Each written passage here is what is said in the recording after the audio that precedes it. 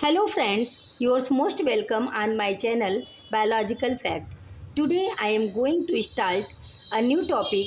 My topic name is virus. So let's start our topic virus. हम start करते हैं दोस्तों अपनी टॉपिक वायरस को हिंदी में हम विषाणु कहते हैं। मीन्स अगर इसे संधि करके आप देखोगे विच्छेद करके इसका अर्थ होता है विष के अणु। मीन्स ऐसे कण ऐसे अणु जो हमारी बॉडी में पहुंचने के बाद या किसी भी एनिमल बॉडी या किसी भी प्लांट बॉडी या किसी भी ह्यूमन बॉडी में पहुंचने के बाद उसमें रिप्लिकेशन स्टार्ट कर दे, इसे हम कहते हैं वायरस। ये हमारे लिए, पौधों के लिए और सारे एनिमल जगत के लिए ये बहुत ही खतरनाक होते हैं वायरस। तो आइए स्टार्ट करते हैं अपने इस टॉपिक को जानने के लिए। Virus was discovered by the scientist Dmitry Ivanovsky in 1892 and in tobacco plant। Dmitry Ivanovsky जो कि रसिया के साइंटिस्ट थे, इन्होंने 1892 ईस्वी में तंबाकू के पौधे में टोबैको प्लांट यानी तंबाकू के पौधे में इन्होंने सबसे पहले वायरस की खोज की थी। मीन्स सबसे पहले वायरस की खोज जो है दिमित्री इवानोवस्की ने 1892 ईस्वी में तंबाकू के पौधे में इसे सबसे पहले खोजा था। सेकेंड पॉइंट है connecting link between living and non living organisms. Virus जो होते हैं ये कनेक्टिंग लिंक की तरह कार्य करते हैं। मीन्स संयोजक कड़ी की तरह काम करते हैं। किसके बीच? तो living and non living organisms के बीच। मीन्स लिविंग सजीव, नॉन लिविंग निर्जीव, सजीव और निर्जीव जीवधारियों के बीच, सजीव और निर्जीव जीवों के बीच ये एक तरह से कनेक्टिंग लिंक की तरह कार्य करते हैं, संयोजी लिंक की तरह कार्य करते हैं। मीन्स वायरस जो है न तो पूरी तरह से लिविंग के अंतर्गत आते हैं और न ही ये पूरी तरह से नॉन लिविंग के अंतर्गत आते हैं। ऐसा इसलिए क्योंकि ये जब ऐसे स्वतंत्र अवस्था में होते हैं, जब ये फ्रीली होते हैं, फ्रीडम के साथ होते हैं, बाहर कहीं आउटसाइड में इसी तरह पड़े रहते हैं, तो ये क्रिस्टल फॉर्म में होते हैं और क्रिस्टल फॉर्म में बिहेव होते हैं केमिस्ट्री के घटकों के रूप में। मीन्स ये एक तरह से ये होते हैं क्रिस्टलाइन फॉर्म में जो उस समय बेकार निष्क्रिय अवस्था में पड़े रहते हैं, जिनका कोई अस्तित्व नहीं होता। उस टाइम जब ये आउटसाइड रहते हैं, मीन्स जब ये बॉडी के किसी भी होस्ट बॉडी के बाहर की तरफ रहेंगे तो न तो इनका कोई अस्तित्व होता है, न तो ये सांस लेते हैं, न तो ये रिप्लिकेशन करते हैं और न तो ये रिप्रोडक्शन कर पाते हैं। मीन्स अगर देखा जाए तो आउटसाइड जो वायरस होते हैं, बाहर की तरफ कहीं भी अगर ऐसे पड़े हैं वायरस तो एकदम बेकार की तरह पड़े हैं। इन्हें जो है न तो उस समय सजीव के रूप में देखा जाएगा बल्कि ये उस समय निर्जीव के रूप में ट्रीट होते हैं। मीन्स नॉन लिविंग ऑर्गेनिजम्स के रूप में ट्रीट होते हैं।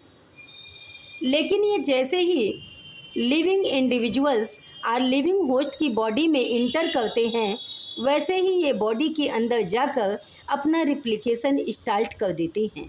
मीन्स अपना बहुगुणन स्टार्ट कर देते हैं, अपनी अनेक कॉपियाँ बनाने लगते हैं और उस होस्ट सेल को, जो कि होस्ट सेल है जिसमें वो वायरस गया हुआ है, इंटर किया हुआ है, चाहे तो वो ह्यूमन बीइंग हो, चाहे एनिमल हो, चाहे प्लांट सेल हो, किसी में भी होस्ट सेल में पहुंचने के बाद ये काफ़ी तेज़ी से रिप्लिकेशन करते हैं और अपनी कॉपीज़ को बहुत तेज़ी से बढ़ाते हैं। मीन्स वायरसेस की जो संख्या होती है वो रिप्लिकेशन के थ्रू बहुत ज़्यादा बढ़ती चली जाती है और ये होस्ट सेल को बहुत ज़्यादा डेंजर पहुँचाते हैं।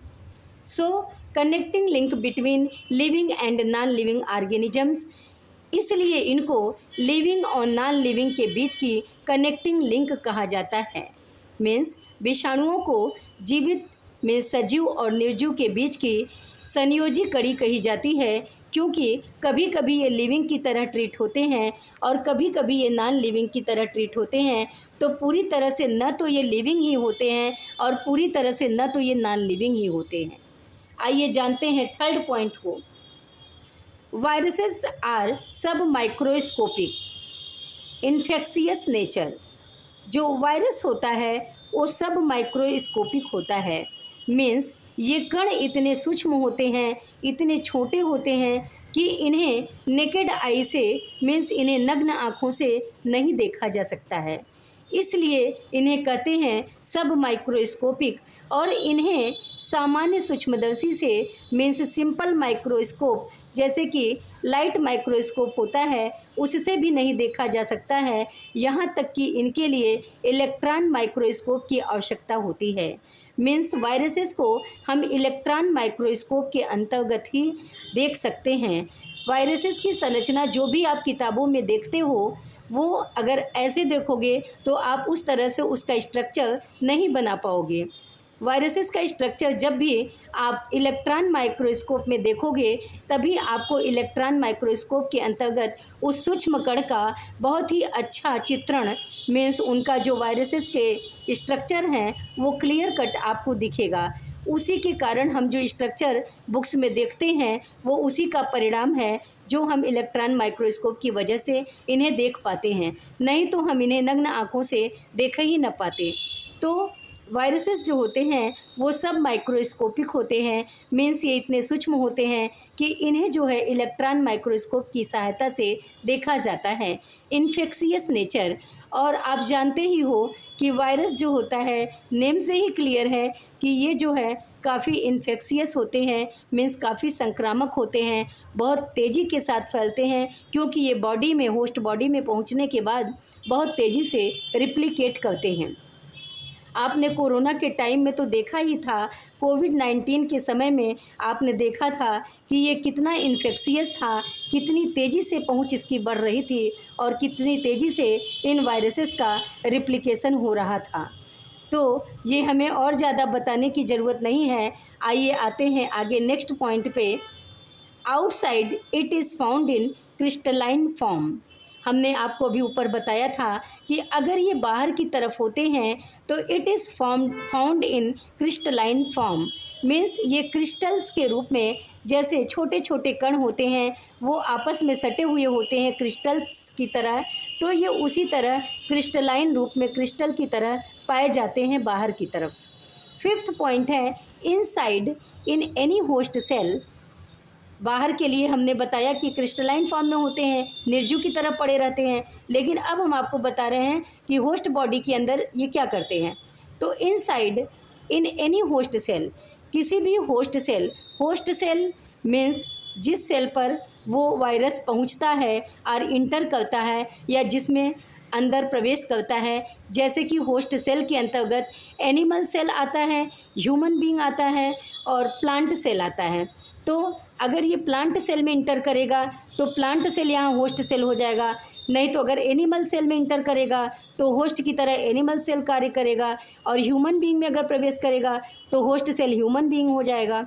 तो इस तरह से inside in any host cell, किसी भी होस्ट सेल में पहुँचने के बाद, इंटर करने के बाद, like plant cell, animal cell, human being, जैसे कि किसी पौधे की कोशिका में, किसी जंतु की कोशिका में या किसी ह्यूमन की कोशिका में।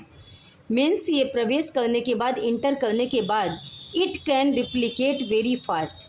ये बहुत तेज़ी से बहुगुणित होता है। मीन्स इसका मल्टीप्लिकेशन जो होता है बहुत हाई होता है। जब ये रिप्रोडक्शन करते हैं तो ये काफ़ी तेज़ी से रिप्लिकेट होते हैं। मीन्स अपनी कॉपी बहुत तेज़ी से बनाते जाते हैं और ह्यूमन बीइंग को नुकसान पहुंचाते हैं। And makes more copies of its own. वही चीज़ है कि ये बहुत तेज़ी से रिप्लिकेट होते हैं और अपनी बहुत तेज़ी से कॉपी बनाते हैं। 6 पॉइंट टिनी। ये वायरसेस जो होते हैं टिनी होते हैं, बहुत छोटे होते हैं। इनविजिबल पार्टिकल, जो अदृश्य कण होते हैं, जो हमें ऐसे नग्न आँखों से, नेकेड आई से दिखाई नहीं देते हैं। It is not considered fully alive.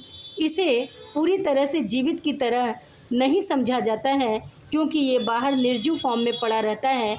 निष्क्रिय रूप में पड़ा रहता है, बिकॉज इस कांट ईट, क्योंकि जब ये आउटसाइड होता है, जब ये बाहर की तरफ होता है, तो ये न तो खा सकता है, न तो श्वसन कर सकता है, और न तो रिप्रोडक्शन कर सकता है ऑन इट्स ओन, मीन्स अपने खुद के बल पे बाहर रहकर ये न तो कुछ खा सकता है, न तो श्वसन कर सकता है, न तो रिप्रोडक्शन कर सकता है, तो अपने बल पर ये कुछ भी नहीं कर सकता है। मीन्स एक वायरस के पास जो होता है वो नॉन लिविंग लक्षण पाए जाते हैं, नॉन लिविंग ऑर्गेनिज्म के सिम्टम्स पाए जाते हैं। Tiny invisible particle, it is not considered fully alive because it can't eat, breathe or reproduce on its own.